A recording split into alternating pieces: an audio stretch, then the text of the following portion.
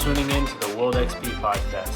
If you're enjoying the content, please remember to drop a sub, drop a like, and leave your thoughts down below in the comments. With that, we will see you guys in the podcast. Welcome, Giuseppe, to the World XP podcast. I know you're a very busy individual, so I appreciate you taking the time of day, well, I guess night, to have this conversation, but super interested to talk to you. For those of you listening that don't know, and especially those of you that live in DC, Giuseppe is running for the at-large city council position. I believe the election is in June. So if you haven't heard of him, go look him up. But yeah, welcome.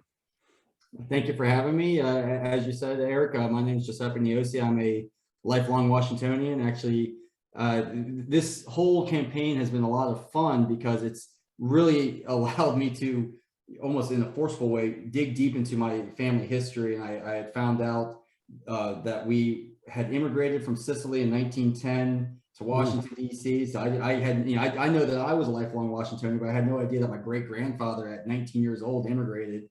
I mean, I guess I did know that, but I didn't know like what date or what the specifics were, and learning about the contributions that my family has made throughout the years to the city kind of really just put that fight in my belly. It's like, oh my God, like, I definitely have something to show for when running for DC council. And, especially a lot of people are kind of giving me funny looks about running as a Republican, which I believe in strong checks and balances and diversity of thought. So I think it's imperative that our democracy has some semblance of a different point of view to help out. I mean, not everything. Actually, it was my cousin who had said something that I thought was really funny, but it still holds true. Is the bird doesn't fly if only one wing is flapping, and we've seen over the last about 13 to 20 years without Republican representation on the council. It's we're in the position now where it's action time. The time is now to actually vote in a new Republican, because we have record high crime rate. People are leaving the cities in droves. Taxes are higher than ever. Small businesses can't get off the ground because they're being taxed, before they can even really have a solid year. This education is under fire. I mean, so there's so many things happening, and with one-sided point of view for the last 20 years or so, we haven't really been able to actually advance, and I think that's a problem. I'm looking to solve it. Yeah, it's a good opening statement. We're here to have to ask the tough questions, get you prepared for whatever, debates and stuff.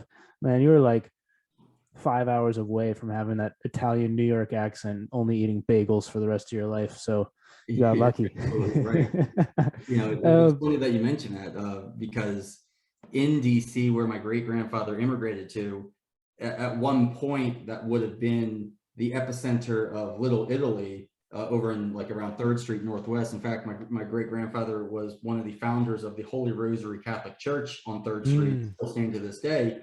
And he held one of the first immigrant liquor licenses to sell Italian wines out of his mom and pop shop. But it was, I think, under the Kennedy administration, where they eminent domains his land to pave the 395 tunnel. And that sent my family out to Upper Marlboro, Maryland. But it wasn't until my dad said, you know what, no, we're Washingtonians, I'm moving back to DC. So he moved back, and was crawling and had, tooth and nail to get back in the city. But he ended up hustling his way to actually owning an Italian deli restaurant himself. So the entrepreneurial spirit or the small business community spirit has been ingrained in my upbringing since a young age. Yeah. All right. I'm going to read off some stuff. I was on your website. For those listening, shameless plug, niosi2022.com. And your about page is actually quite impressive. Not actually, it just is impressive. Let's see. Well, where did it go? Here we go. Bachelor's in Science, Marine Engineering, U.S. Coast Guard Engineering, commission as an officer in U.S. Navy Reserves, active member Strategic Sea Lift Officer Force, sailing around the world on the Richard E. Byrd, and then engineer for the LCS ships in the Navy, and all that in a very short amount of time. You've been a busy person. So what brings you to well, not back to DC, obviously, but to the position where you're like, you know what, I should run? Obviously, you mentioned all the problems and stuff, but I think lots of people know there's problems. And Sure. like, I'm aware that there's problems, but I'm not sitting here running a campaign. So, what was the spark for you, and kind of how did you get involved? Well, there were kind of a number of almost like domino effects that initiated this thought process. First of all, I mean, from a young age, it's being born and raised in DC, and having experiences. You know, as a young high school kid, I was trying to go to any of the academies, and I needed to get a congressional nomination. So I ended up really working hard to earn an internship with the Congresswoman Norton, or Eleanor Holmes Norton's office. And that kind of promulgated me to have a really great rapport with a lot of people that I still consider mentors to this day. But it really showed me, for lack of a better phrasing, how the sausage was made with governance in politics, or in a political office.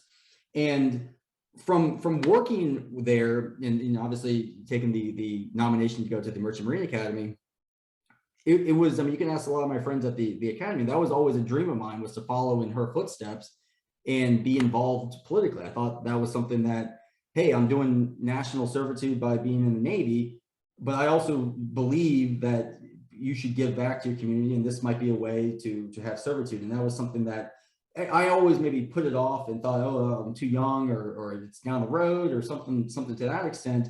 And it wasn't until really having a lot more time on my hands, and really having that sort of, and this is all kind of during the COVID pandemic, where everyone's sort of sitting around their house and wondering what they can be doing to improve themselves.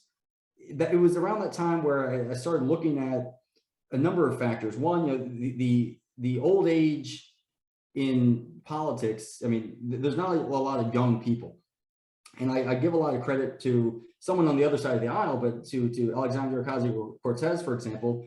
She was a millennial, only a couple of years older than myself, a millennial, who went ahead and ran for a congressional seat and won.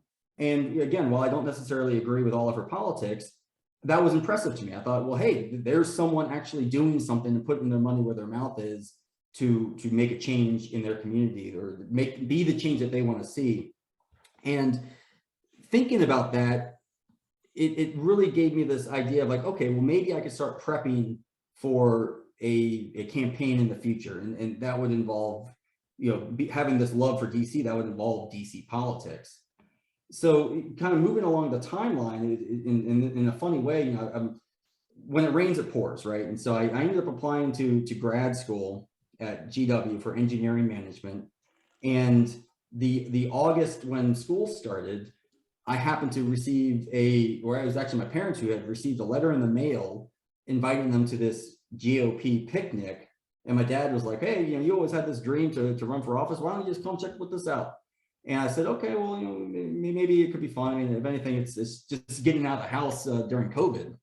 And so I ended up going, and that it was there that I met the chairman of the DC GOP, who was kind of having the call to action of they need candidates. And I went up to him and said, hey, I didn't realize it was that easy. I'll be a candidate. I mean, this is something that has been a dream of mine, and I didn't realize when to plug myself in, but sure, I'm interested. And I'm really glad I did that, because despite, again, having to plan for a wedding, being in grad school, having a full-time job, it was around the time we had just gotten a puppy. So, everyone who has a puppy can realize, how much of an arduous task that is. But on top of all that, I was starting to make the phone calls and reach out into networks that I haven't really talked to in so long, and say, hey, I'm running for DC Council at Large, and I'm running for the minority seat on the council. And along the way, I learned so much about DC governance, how the DC government even comes to existence, and also just a lot of the issues. I met a lot of people and really got to hear different points of view that, growing up in DC, especially in Brookland, where I was from, being the lonesome Republican on the block kind of meant that I really, around the country, I'm probably more of a Democrat. And let's I like to say, well, maybe I'm probably more of a Texas Democrat than I am a Texas Republican. However, I'm in DC, so just the scale is skewed. So I like to think that I'm like a purple candidate, but regardless, it got me to learn that, the council has 4 at-large seats. And in the I think it was 1973, when during the Nixon administration, they had something called Home Rule Act, which gave DC the right to govern itself. 2 of the seats went immediately to majority, or at the time, DC is majority Democratic. The other 2 went to what they call the minority seat, and not to get that confused with what we consider today minorities, but this would be Libertarian, State Green, Republican, or unaffiliated, or what we consider independent. And from that onset, we had a lot of, pretty much every year, those seats, for the longest time, they were known as, the Republican seats, because the Republicans typically had the most turnout for those specific seats. And it wasn't until about 2006, 2008, when I guess the idea that, Republicans don't actually have to run for these seats, an independent can run, is when we started to see, kind of nefariously, Democrats would re-register as an independent, and for whatever reason, I personally think that they would re-register because they thought it was an easier path to victory, and I'll explain why in a second. But they would run as independents and basically just be a Democrat light and win that seat. And so, dating back to 2008, when we had the last Republican, who was Carol Schwartz, it was at that time when we started to see this I guess, experiment of one-sided rule in DC. And now here we are with some of the highest crime rate we've seen in decades. We're seeing some of the highest taxes, and people are having forced to leave the city because no one has the ability to own a house or start a family here and get a bigger house. And it's become very problematic. And so I think that being, I don't want to say this, trying to break that chain and provide some diversity of thought back to the council, I think would do the city well, because even if you don't necessarily agree with the other side of the aisle, we need to come out of the last 10 years and start uniting, because otherwise we can't just remain tribalistic. I think that's nonsensical. Yeah, I would say it's not really a good look for, anyone, to be honest. All these problems are so complex, and they need multitudes of thoughts and ideas and solutions, and oftentimes there'll be somewhere in the middle that a solution can be found. Yeah, I remember you telling me that on the phone the other day about the independent, running as independent, and I was like, "Ooh, it's a bit interesting," and also can't believe nobody tried to do that earlier. But fair enough. Oh, geez. So, all right. So you've come back. You've noticed this problem, and you're like, yeah, I'll run. So I would say no one who hasn't run a campaign has any idea what it actually entails. I know you've been talking to me before about been knocking on people's doors and doing this and doing that, but what does it actually take? I want to run what you're doing, and keep in mind, for those listening, that this is just a local election rather than a statewide or national one. So can you kind of walk us through the steps that, like the logistical steps that it takes to run a campaign? It's a second full-time job. Really, and I can't even imagine or fathom what it's like to be running for a larger congressional seat in, pick a state where they have a bigger, DC is only 8 by 8 miles. So running an at-large race it's difficult, and you certainly have to give every single, district or every single ward as we have in DC, the time of day, and make sure that everyone, all voices are being heard. And it has a logistical challenge. I'm lucky because where I live is almost as close to the center of the city as possible. And my wife had gotten me one of the electric scooters, which I know people find them kind of annoying when they're parked, around town or whatnot. But for me, I love it because it's the quickest way to get really wherever I want in the city and start canvassing and not have to worry about parking or this, that, and the other. And it's eco-friendly. It's, you know, I mean, I charge it up at my house and this, that, and the other, but it's a lot of work. And it's funny being in the position I'm at now, where I can look back 6, 7, 8 months ago and be like, man, if only I would have done calling people, if only I would have started fundraising earlier, or if only I would have gotten my team together earlier, or if only I would have you know, started door knocking, or made a couple out-of-pocket purchases earlier, so I had material to start handing out.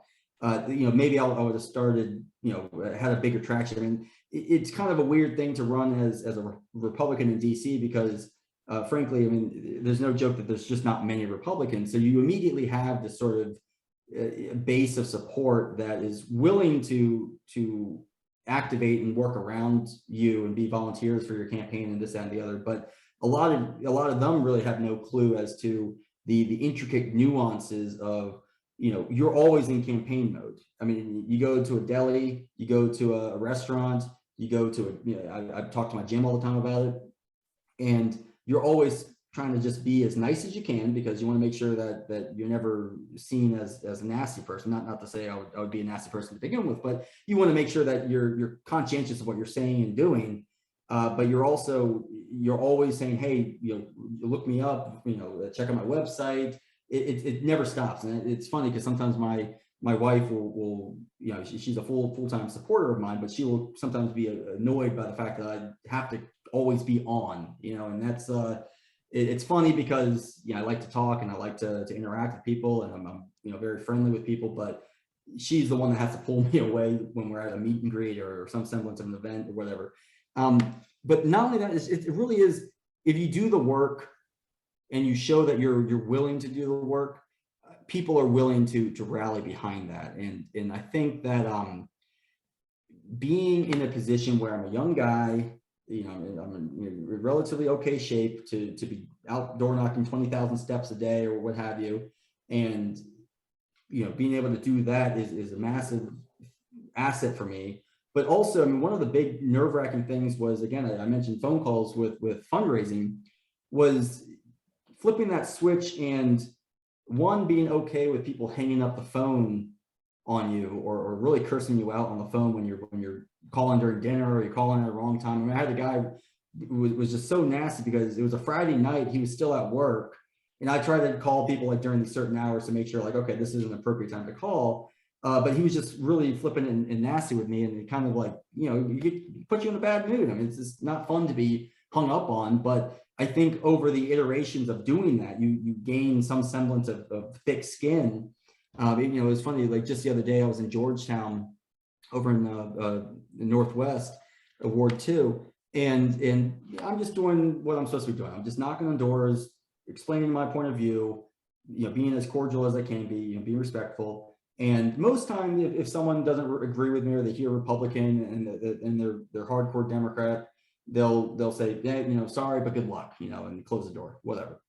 Well, every once in a while you get someone that, and this person was kind of the exception, where she had said, you know, oh, you know, you're not going to do well here, yada yada yada.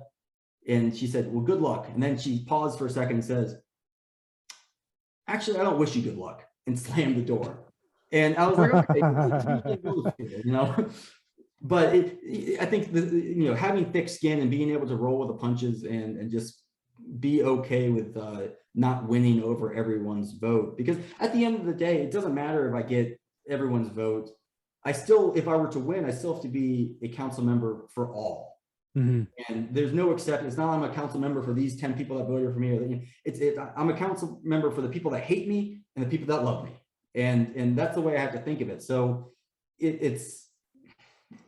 was a tough, you know, burden to overcome, but I think at this point, having the iterations under my belt certainly helps. But it's just one of my advisors kind of said it's like Mr. Miyagi from the Karate Kid.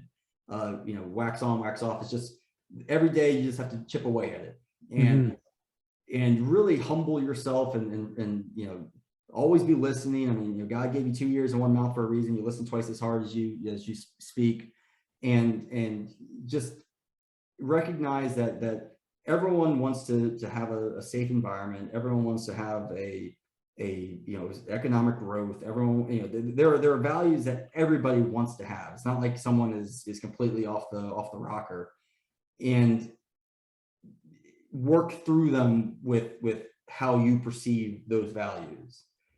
So yeah, to answer your question, it's just a lot of work. It's a lot of work and a lot of phone calls. Yeah, the energy, like I can't imagine doing that and getting to a point where I got the door slammed in my face 4 times, and then the next guy like saying something I didn't like, and be like, you know what, screw you, dude.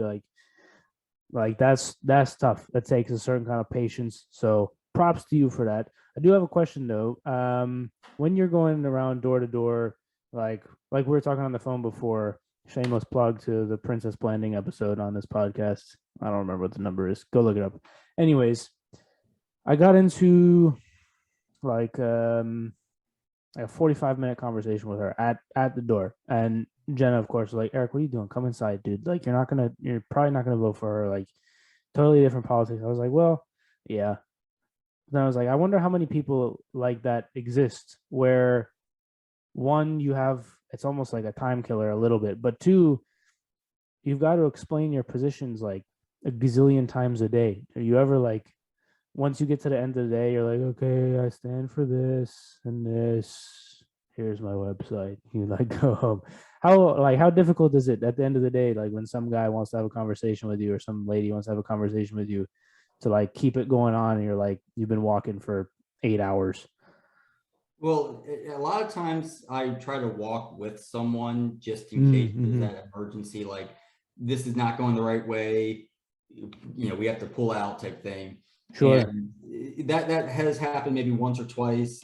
And actually, it really hasn't happened in a negative way, because if someone doesn't want to talk, it's neither here nor there. It's like, okay, like on to the next one. You have to have that mindset where like there is a political science behind everything, and the idea of everyone wants to think that I'm going to change someone's vote, and to a certain extent you can try, but for my purposes, it's just getting people out to vote. So wasting time, like you were saying, wasting 45 minutes on one person is great, and especially if you end up coming to a good conclusion at the end. But that's, I try to keep each interaction to about 5 minutes, and I've gotten pretty good at keeping the interactions to 5 minutes. One thing that I've kind of learned from when I started to where I'm at now, and of course you have to remember I started the petition process, which I'm very proud of myself, because I ended up getting like triple the amount of petitions that I needed to get on the ballot. So I was very happy about that. But starting the process then, and where I'm at now, like back then, it was winter time, everyone was cold, so no one really wanted to keep their doors open. So, let alone to have someone sign your petition. But now people are willing to talk. And as I'm walking through neighborhoods, there'll be people on their front porch who because I have like a little a booklet of the voters that I'm supposed to be targeting, because not everyone necessarily has a voter ID in DC, or they're not registered to vote, is what I kind of mean. We have a lot of foreigners in DC. I've walked to many doors where it's like, oh, I'm actually from Germany, I'm from France, I'm from Pakistan, or wherever they might be from. And so, okay, you be cordial and say, oh, thank you, sir, or thank you, sir, ma'am, and you walk away. But there are I've had some really good conversations with people across the aisle, and again, it's you kind of learn to talk about the things that you have in common, as opposed to talk about the things that you are going to divide yourselves. An advisor of mine or a mentor of mine really mentioned, if it's not about addition or multiplication, I don't want to hear about it. I'm not for subtraction or division. So I'm only going to talk about things that, and you can kind of get the feeling of where the conversation is going to go, because everyone has something different that they care about. If you're talking to someone that was just mugged the night before or the week before, they're going to want to talk about, hey, we need more cops on the street. But if you're talking about someone who had to shut their business down because there's so much government red tape, or the taxes are out the roof, then you're going to kind of talk about small businesses and legislation directed to that. So it is kind of different, but the idea of talking to someone for over over half an hour. It depends on where it is in your walk list. I know for my purposes with phone calls, on the other hand, when I was making fundraiser phone calls, that was, I got pretty good towards the end of it. I mean, again, it takes repetition to really get somewhere, but not ever having to been a salesman in my entire life, I got pretty good at what they call closing the deal or sealing the deal, or as I don't know if you've seen Glengarry Glen Ross, always be closing. It's a famous speech that Alec Baldwin gives in the movie. It's a good speech if you haven't seen it, but in there it's always be closing. But being able to make the cold call, introduce yourself, find some semblance of commonality, and then say, hey, if you support all the things that we just talked about, would you mind chipping in whatever you can? It would mean a lot. And that was very important to me because I'm using what is called the DC Fair Elections program, where I had to, before receiving the 5-to-1 matching from the DC Office of Campaign Finance, I had to first basically show that I was a worthy enough candidate, and I had to receive it was like $12,000 across 250 donors, where the maximum donation someone can give me is $100. And being able to massage that into the conversation, eventually, people might say, okay, I'll give you 25, I'll give you 50, some people might even give me 100, and it became, again, easier. But I remember there was this one night that I was hangry, first of all. So I learned to always have a big meal or something like that. And the guy had hung up the phone on me, like I had mentioned, which hurts so much, especially since, the people I'm calling are supposed to be in the Republican universe. So, in theory, I was calling a Republican. I was calling a Republican who had hung up the phone on me. And at this point in the night, I'd already been hung up maybe 4 or 5 times. I was getting late, I was getting hungry, but I had this quota that I had to meet, and I was really just trying to, get my name out there. And that really just kind of put me in a funk. I ended up coming home, and thank God that, I had my wife and at the time my roommate. I kind of explained to them I just got so frustrated about this guy hanging up on me, and luckily, you have your people there to lift you up when you're down. But that was probably one of the lower points, and I've tried to not ever get to that point again. And you can call that rock bottom, but I think it was more of a lesson learned than rock bottom. Yeah, I'd say lesson learned for sure. Yeah, for sure. I mean, definitely, I don't know, I ended up signing her petition. She was in the petition getting processed to get on the ballot for governor of Virginia. And I was signed it, but I probably, if I had, I'm the type of person that conversation was let me try to help you out, because maybe we need something new. And even though I don't agree, it seems like your heart is in the right place because we've had this conversation. And then also, do you want to come on the podcast because I can help? I'm not in the business of getting rid of ideas. I'm in the business of getting ideas out there and then letting ideas debate ideas, and then hopefully the better ideas will come out on top. So that's something where I feel for me personally, that was really cool because nobody's knocked on my door before in that way.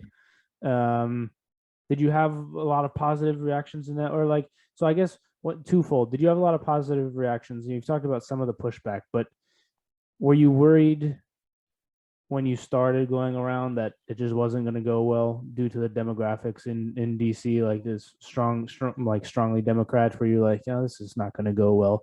Or did you end up getting encouraged by how did that, or was it both, I guess?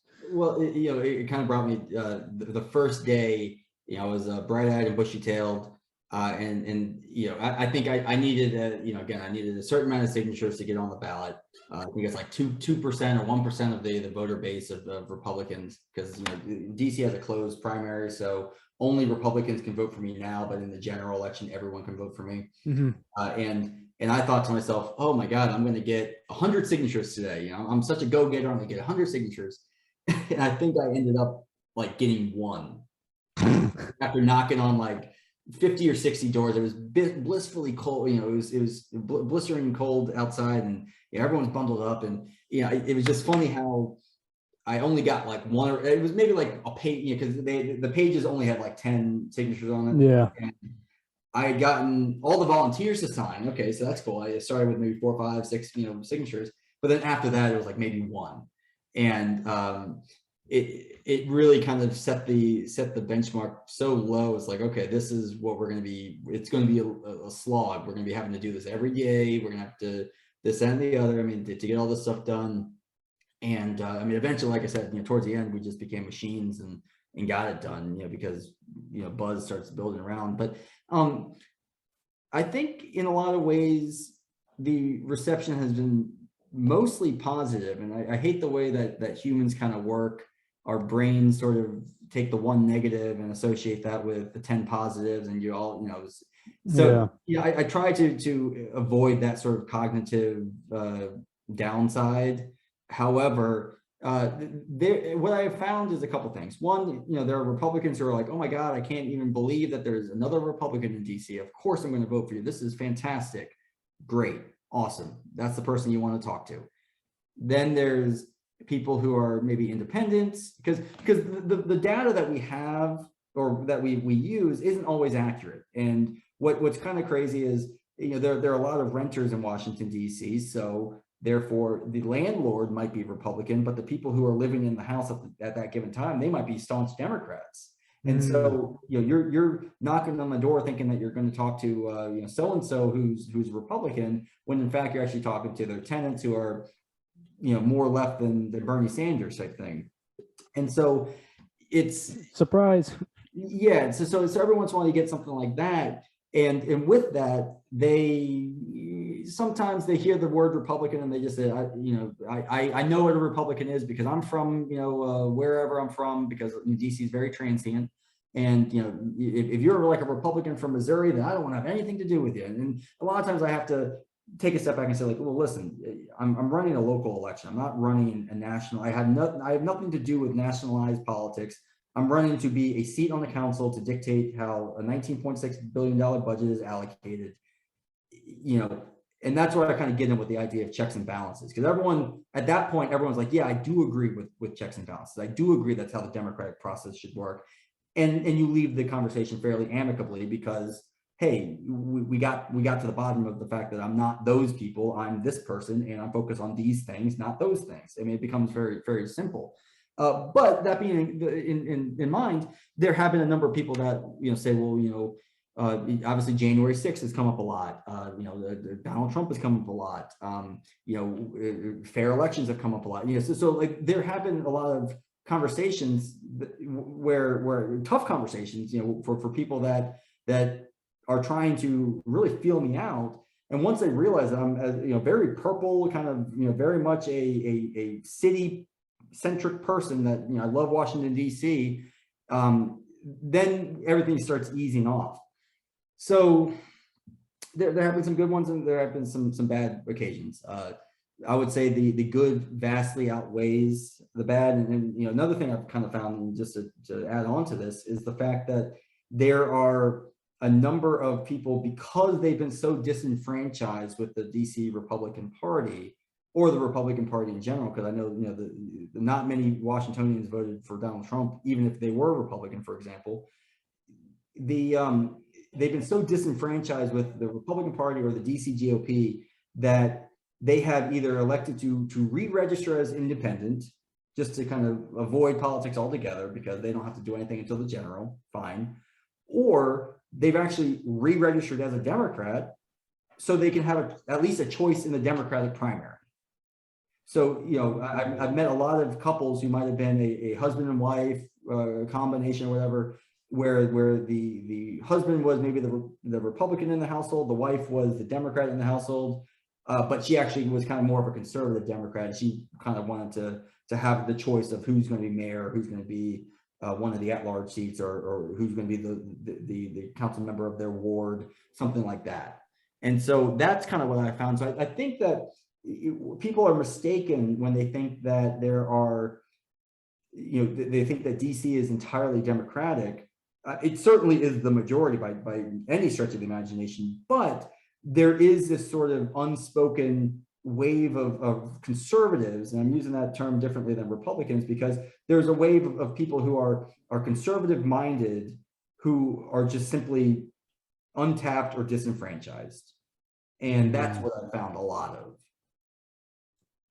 I mean, that checks out. They're looking for someone normal. They're just looking for someone to bring back some semblance of normalcy.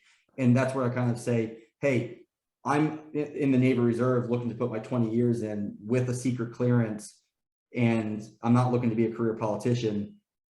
I think I fit the bill of someone that you're looking for to really shake things up in the positive way. You know, I'm not trying to, again, I'm not trying to divide or subtract. I'm trying to multiply and have addition. So yeah, that's interesting. So you brought me, I was going to ask you this at some point, but you got to the sort of term limit career politician question that I was going to ask now, which is fine. But so you've been interested in this for like forever, like you were saying, but you had it in your head that you only wanted to do what, 1 or 2 terms or whatever, something like that. What about it is, where does that mindset come from? Because a lot of people get in and then, or they say they just want to help people, and then next thing you know, they've been in there for 20 years and this and that. So, but you have this sort of foresight, I guess, already, that you're like, nope, I'm doing my 1 or 2 terms and then I'm out. And I know obviously you got your Navy stuff going on, but even if I get the feeling from you that even if you didn't have that going on, you'd still be like, no, I'm out after 1 or 2. Why do you think that is? And then what are your thoughts on, I don't want to just give you the gimme question of what are your thoughts on term limits generally, because you'd be like, yeah, it's probably a good thing. But like where do you think has gone wrong for the people that want to stay in? What do you think for, like, I don't know how it works DC, but just like generally speaking. So I guess the 2 questions that are wrapped up in that one are, where did the foresight come from that you only wanted to do 1 or 2? And then what are your thoughts on generally the career, like how we ended up there, not the people that are there, but how we ended up here? So very good question, and you know, that's actually kind of a good little parallel, because I mean, I had always had a vision for great things in public servitude and making sure to give back to the community.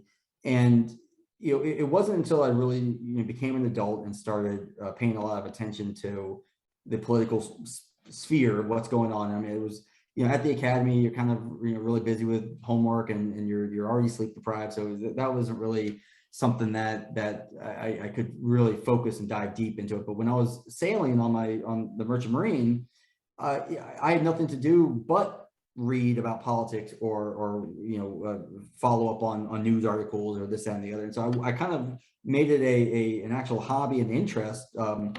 And I think the concept of why I would want to do term limits is, one, I mean, I'm already doing a lot of things in my life. Like, I want to have raise a family. I want to make sure I do my Navy career. I want to make sure that, I also have entrepreneurial dreams where perhaps one day I'll start my own consulting firm, or I do government contract work, but I'd like to maybe see what a career in that looks like as a professional entrepreneur. And so those dreams aside, and the guy can dream, certainly, but I think it's just imperative that if you haven't gotten done what you're supposed to be getting done in your couple terms, maybe you're not going to get it done ever. I mean, there are some people who are in office for so long, and they passed a lot of maybe legislation, but they keep finding new problems that they thought that they already have solved in the past. And this is where I think it's imperative that we stay in our lanes to a certain extent and not deviate, because you can come up with problems that will never go away just by simply coming up with a problem.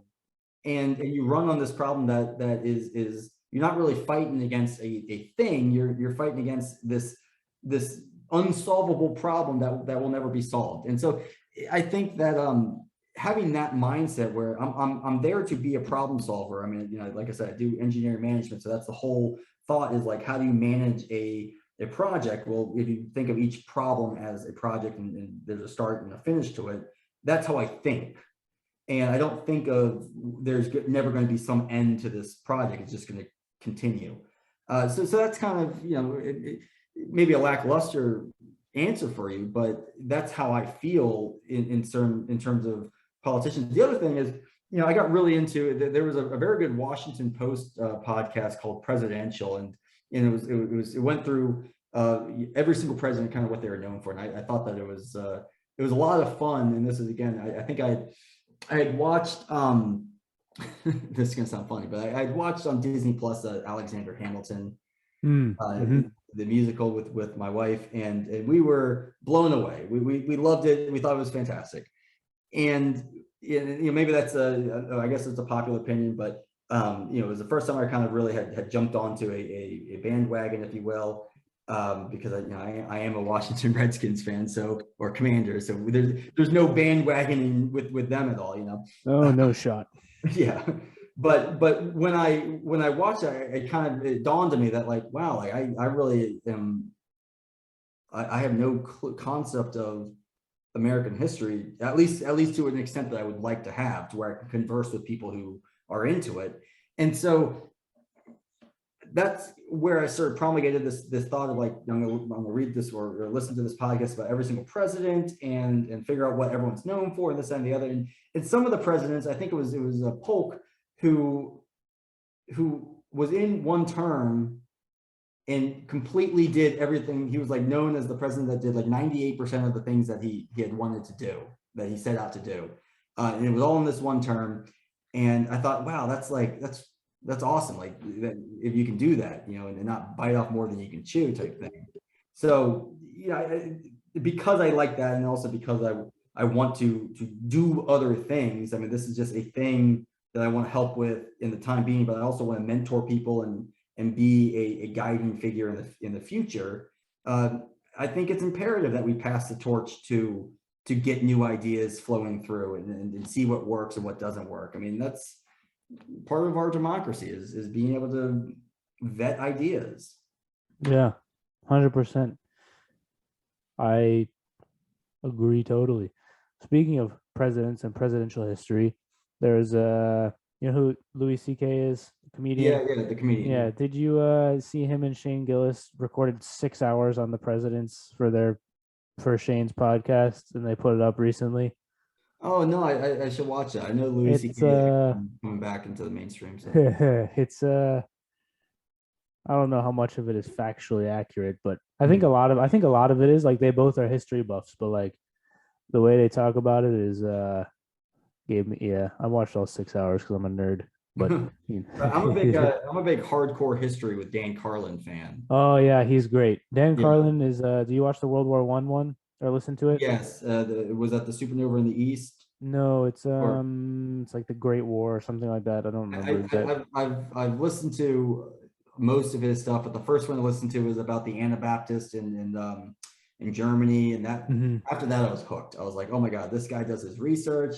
His storytelling is fantastic, and I can't get enough. Like, I'm always very excited when, like, he has a new something come out, because I know it's going to be very quality about something that I maybe had never even knew about or had any interest in to begin with. That was one of the things this past year, and most of this was during COVID. I had put pressure on myself because I really I'm an avid reader in the DC Public Library. I love it, and I put pressure on myself to read 100 books in a year. And by December 31st, I think I started in November, so I guess by November 30, December 1st, maybe, whatever cutoff date I gave, I had read 89 books. And because the DC library only has so many books, it really kind of gave me an opportunity to read books that I had maybe heard about that I never really would have picked up on my own accord. And like one of the big ones, for example, like this was in the societal conversation for a while, was the White Fragility book. And that was one that, like, I took the time to actually read it and digest it and figure out what was being said in it, because I like to think that if I can't have opinions on things if I don't do the research to have the opinion in the first place. I can't just Sure. Yeah. do something that is incorrect or wrong. And so it was this whole year I was going through. I mean, I read some of the highlights. I read like Guns, Germs, and Steel, which I thought was fantastic. I read I need to read that. Sapiens, which I thought was great. That the Homo Deus, which was like kind of the second book. I read Alexander Hamilton, Grant. I kind of was into history for a little while. I read a bunch of one of the books I read was called The Art of Thinking Clearly, and that kind of went through all the different cognitive biases that we have, and I thought that was brilliant. And I really enjoy some of those like hack your life or self-help sort of studies. Anything by Malcolm Gladwell I found was fantastic. I heard a bunch of good stuff. But it really broadened my horizons to the point where now, I mean, I still read. I read less because of the campaign, unfortunately. But I'm the type of guy that goes to the gym, and despite the fact that growing up I was so into music, and I was the music buff in my friend group who knew artists and albums and this, that, and the other. Despite that, I don't want to say I've grown out of my love for music, but I certainly have more so now than ever. If I go work out or when I go work out, I try to keep it on a routine. I'll be listening to a book or a podcast. I do that as well. Yeah. Yeah, for sure. It's just real quick to go back to Carlin, like the World War I one specifically. If you want to learn about the horrors of war, that's the one that will give you the shock and awe.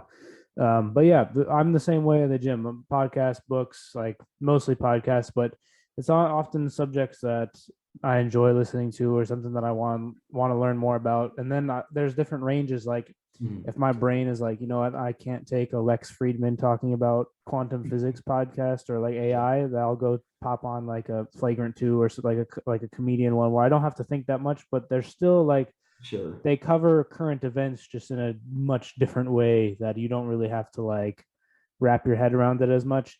Have you ever heard of the I think it's Tom Segura and his wife, like the Your Mom's House? Yeah, that one's hilarious. Who's the is it Theo Vaughn? Yeah, I guess it's okay. Theo Vaughn. Yeah, he's so funny. He's a goof. Yeah. But yeah, there's a ton of good ones that are out there. Like they're all no, it's good. All right, let's shift gears a little bit. You've got 3 issues specifically on your website, and it's the public safety one, the kind of fiscal responsibility one, and then you've got one about education and choice. Mm-hmm. So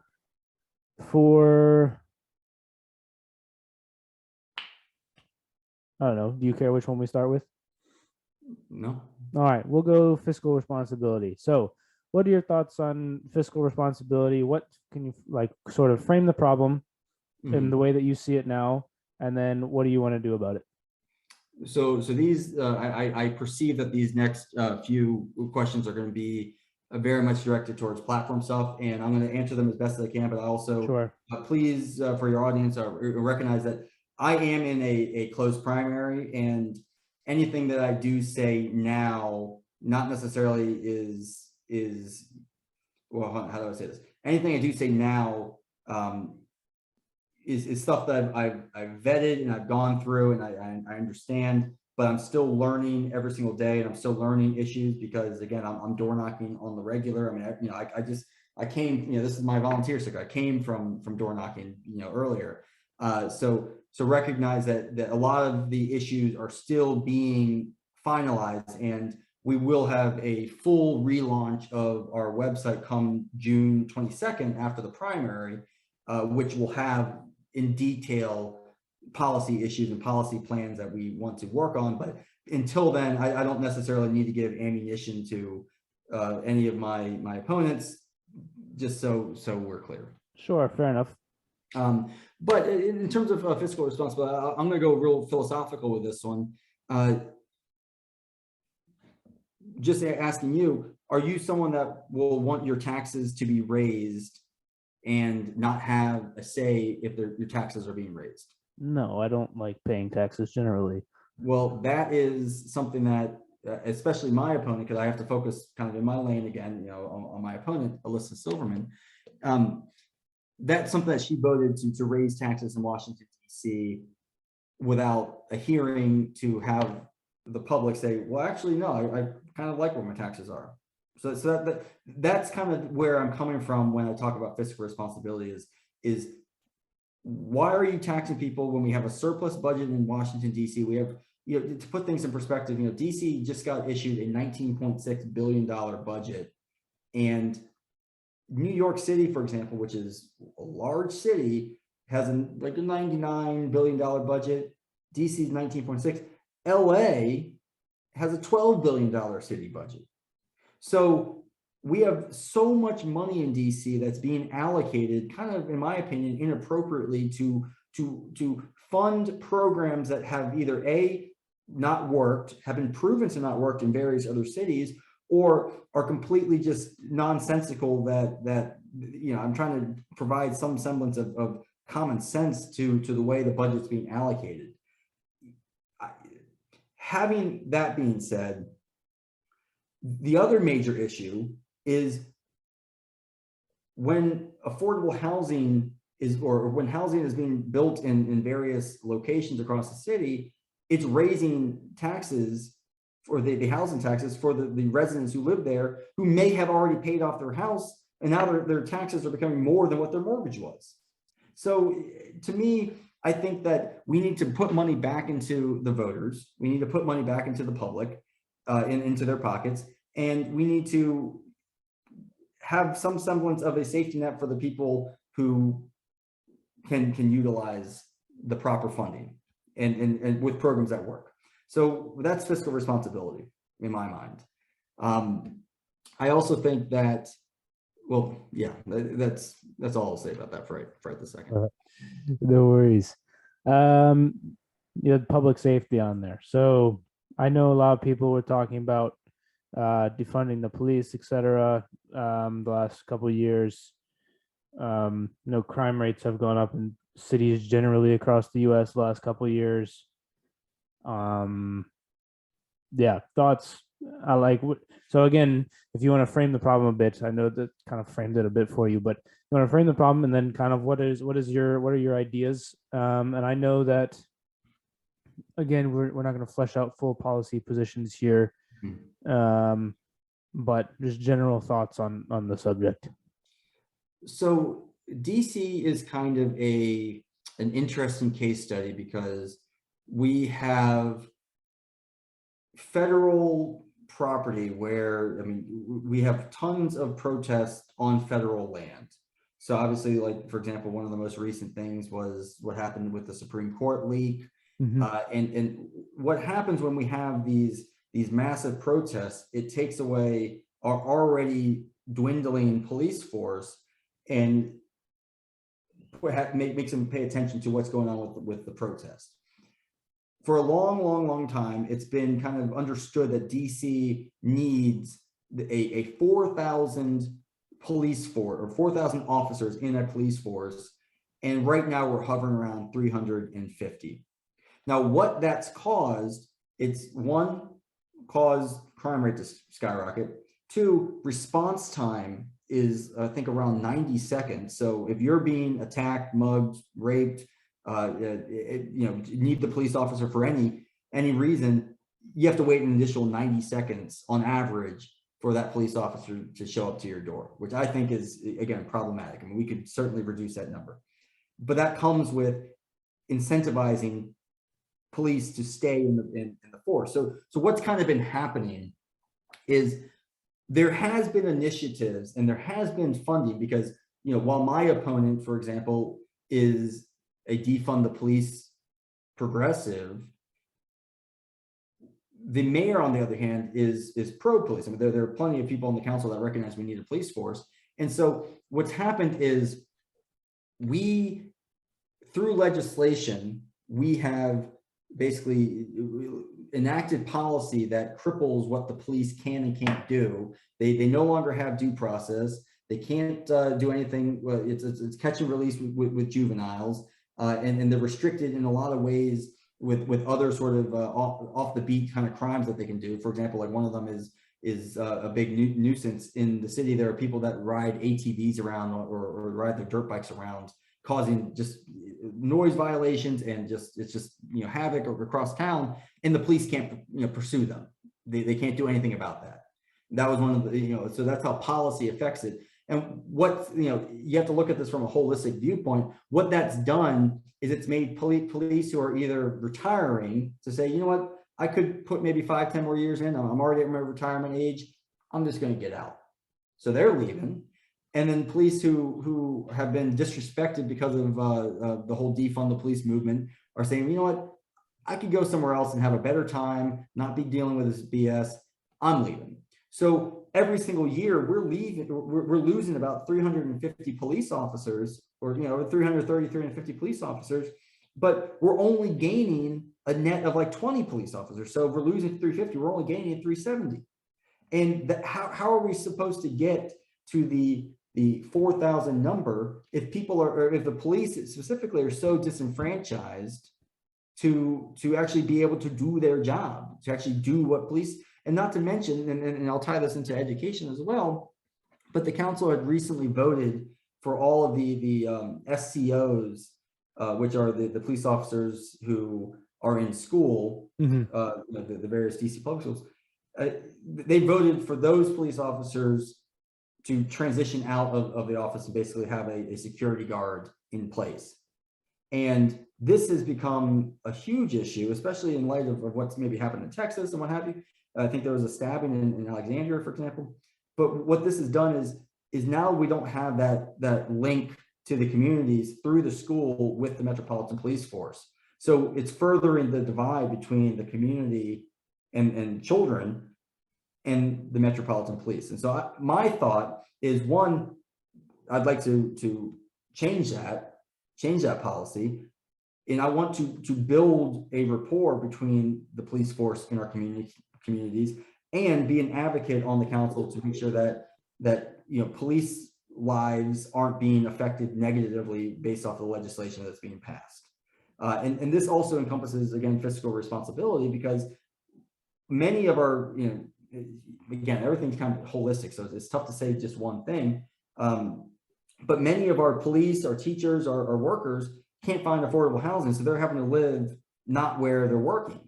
They're having to live in suburbs or what have you.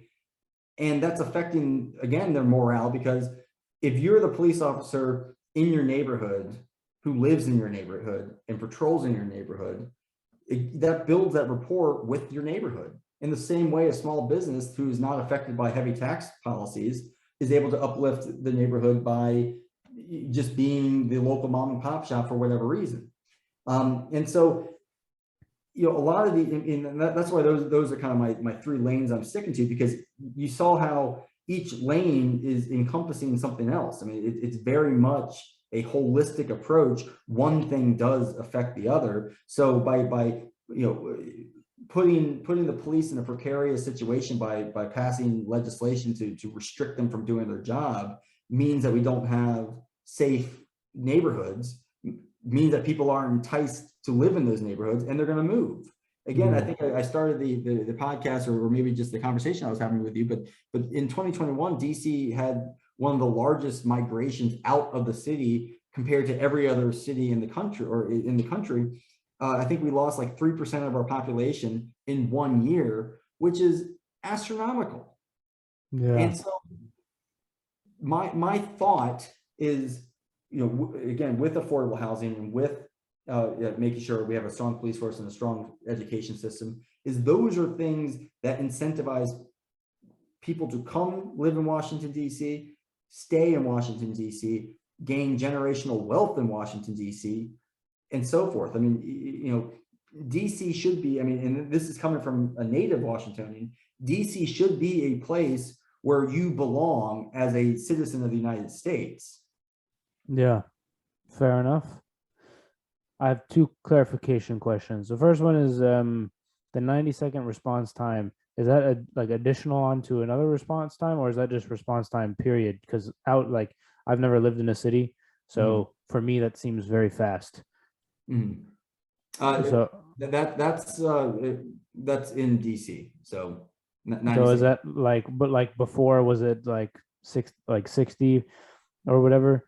Like out where I live, if a cop was at my door in 90 seconds, I'd be like, damn, that was fast. So I guess that's just That's a point. I mean, DC is a little bit more of a smaller jurisdiction. That's an answer I'll actually have to find out. I don't know. Off the top yeah, of my for sure. head. I'll have to do research, yeah. That's a curiosity question. I've also not, I don't Mm. really deal with the police that much because I try to not, do illegal things. But okay.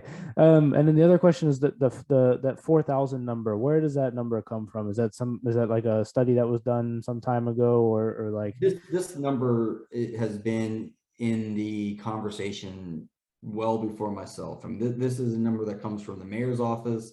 This is a number that comes from council members prior to my even thought of running. I mean, this isn't a number that I'm just pulling out of thin air. It's a number that has been addressed for quite some time. Sure. Do I know the time limit? I don't necessarily know the time limit. I would have to go back to the books on that one, but it's been, for all intents and purposes, it's been the number that people are seeking in Washington, D.C. Fair enough. And last one, this might be holding your feet to the fire a little bit more, but to have a strong education system and strong police force to increase those things would require revenue. So I don't know how the budget is allocated now, but most of the time when people hear, okay, well, we're going to do more of this or more government spending, that usually means the taxes will go up. But as we've discussed, we don't like that. And so what's kind of, is there thoughts on that generally? Yeah, absolutely. Washington, D.C., at least to my understanding, we have a surplus of revenue. And we've done a good job of having kind of this surplus of revenue, especially dating back from when we were bankrupt in the 1970s. The problem is, with this surplus of revenue, we have elected to spend it on things that are a little bit more frivolous, as opposed to saying, oh, well, we have the surplus of revenue for the rainy day fund. Why don't we just keep it in our savings and lower taxes? So money has already been allocated to the various programs that it's going to be spent on.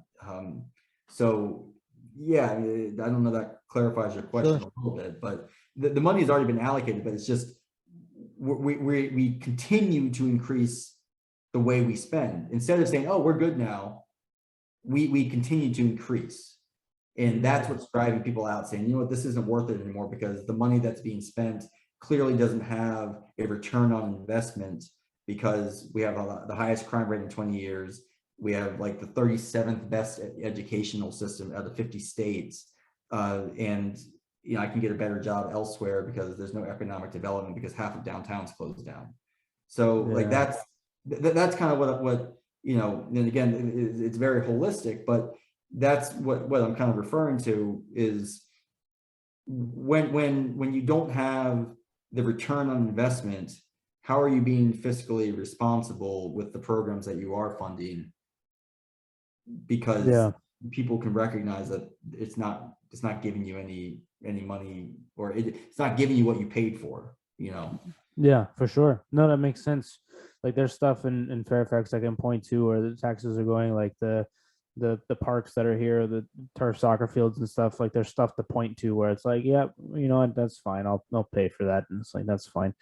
Yeah, fair enough. And then the last one on there, you touched on it a bit already, but education. But I think specifically on your website, you mentioned choice in education. So you kind of walk through that one for us as well. So that's kind of a big issue in Washington, D.C., is school choice, or the opportunity for a parent to choose where they send their child. And I think this is a very much a principle ordeal. I think that it's one of those deals where if I was a parent and I wanted to send my child to the best opportunity at a school where they will succeed and move on to greener pastures, I would like to have that choice. And I would like for that choice to also be funded adequately. So the big issue, I think, is the DC public schools and the DC charter schools, public charter schools. We want to make sure that the allocation of funds is fair across the two. So that's, I mean, it's very much you either are for school choice or for only sending your kids to the neighborhood school, and that's that. And I think the school choice as kind of a capitalist or as a person that appreciates good competition, school choice I think is the better way to go, especially if you're trying to seek out the best output for your child. Yeah, makes sense. All right, I won't put you under anymore. Put you on the spot anymore. We got your 3 policy positions on the website. We walked through those. It's getting a bit late. So in summary, if you had to wrap it all up, and to anyone listening in DC, why should they vote for you? Simply put, they should vote for me if they want to see change on the council, and specifically a positive change. Again, I'm running to bring checks and balances and to tilt the needle just closer to the center mark. It's not going to change overnight. I really, what I explain to a lot of people is, or when I'm knocking on doors, is I can't interfere with policy being issued by the Democrats on the council, but what I can do is make that policy better and fit more check more boxes and make it stronger policy. And so a vote for me would make better policy because of the checks and balances. And I think a vote for me would also bring transparency, accountability, and responsibility, because these are values that I have through the leadership that I have as an officer in the Navy. Fair enough. Good answer. Where can the people find you? I am on all social media at, well, I guess it's at Niosi 2022. I'm most active on Facebook, Twitter, and Instagram, but I do have a YouTube page. I am really looking for volunteers who have similar values, who want to come out and meet me and door knock, and there's so many different volunteer opportunities in the campaign. So anybody really can come, and I try to keep an open door policy. So I have my number and my email on my website. If you want to reach out to me, just have a chat, which I highly encourage. And my website is NIOSI or Niosi2022.com.